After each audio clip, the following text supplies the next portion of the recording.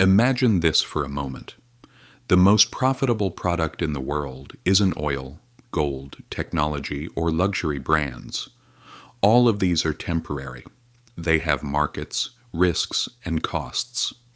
But there is one product that is never produced, never runs out, always generates income, and is completely invisible: debt. Many people think debt is just an ordinary normal tool. You buy a house, you take a loan. You need a car, you get it from the bank. It has become so normalized that we don't even say good luck anymore when someone takes out a loan. But in reality, debt is not a simple need. It is a power mechanism that has been deliberately shaped throughout history. Debt has collapsed and destroyed nations, started wars, torn families apart, built companies, and created empires. In other words, debt is like an invisible hand, touching every corner of society. If used consciously, it lifts you up and gives you power. But if you don't know how to handle it, it becomes your downfall. Debt begins with a simple idea. At its most basic level, debt is this: I take it today, I'll pay it tomorrow. That's it. But the dangerous part enters right here: interest. Interest is a system that turns time into money. Something you take today returns in larger amounts tomorrow. It sounds reasonable at first, but the modern debt system we know today was built over thousands of years by exaggerating this exact logic. For example, in Mesopotamia, debt would grow so much that farmers would even lose their children because of it. To keep society from collapsing, kings would periodically wipe out the public's debts. Even in the Torah, there is a Jubilee year for this exact reason. Because when people are crushed by debt, the entire society collapses with them. When the rich discovered the power of debt, the game changed. In the Middle Ages, interest was forbidden and considered a sin, but bankers changed the wording and continued lending money under the name service fee instead of interest. During the Renaissance, banking families like the Medicis financed popes and kings, and in doing so didn't just make money. They reshaped European politics. Debt was no longer money given out of necessity. It had become a way to sell power, and this was extremely dangerous. Then nation-states entered the stage. The Dutch and the English introduced a brand new idea. The state can borrow too, and we can turn that debt into pieces of paper and sell it to everyone. Thus, government debt became an investment tool. Bonds were born. States suddenly gained access to unlimited money. The result?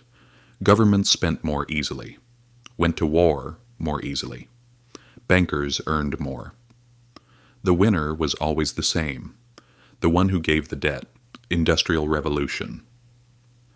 Debt seeps into everything: factories, railways, cities.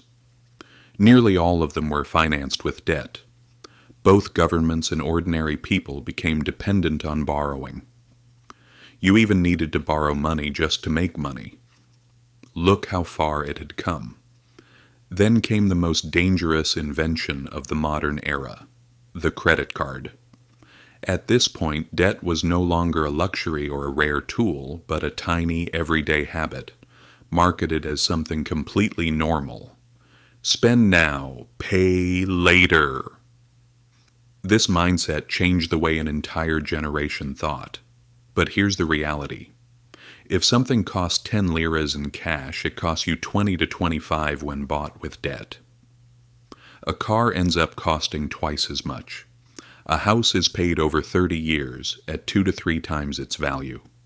The system keeps buying your future from you. 2008 crisis, the debt wall collapsed. The whole world watched a massive bubble, inflated by debt, burst. Millions of people lost their homes and their jobs. And the banks? They were rescued.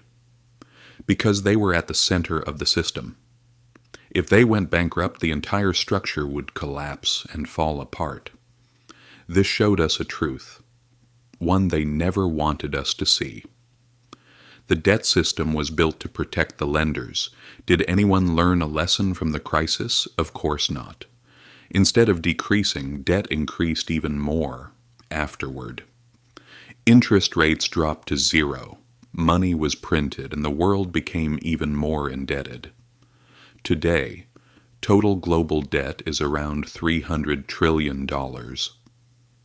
This isn't just a number, it's years stolen from humanity's future. The hidden rule of the system: the rich borrow more, the poor pay more, the rich borrow cheaply, invest, earn, and pay off their debt. The poor borrow expensively, struggle, and sometimes never pay it off. The result? Wealth moves upward. The burden moves downward. This is the real reason behind the inequality debt creates. Those with money profit from debt.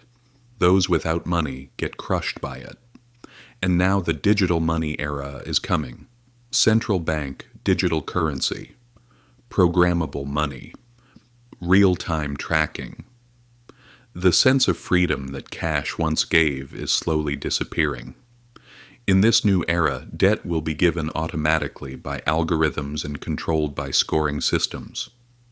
It sounds modern, but history has shown us the same truth over and over. Technology always makes life easier for the powerful, and it never spares the powerless. Conclusion: debt isn't innocent. It is a deliberate system. Debt didn't suddenly appear out of nowhere. What people consider normal today is actually something designed throughout history to benefit very powerful individuals and institutions. Today, millions of people live entirely through debt.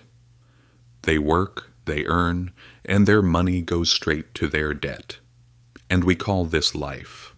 But the truth is this: those who learn to control debt protect themselves. Those who let debt control them lose their freedom. That is why debt is not just an economic concept. It is a form of modern slavery.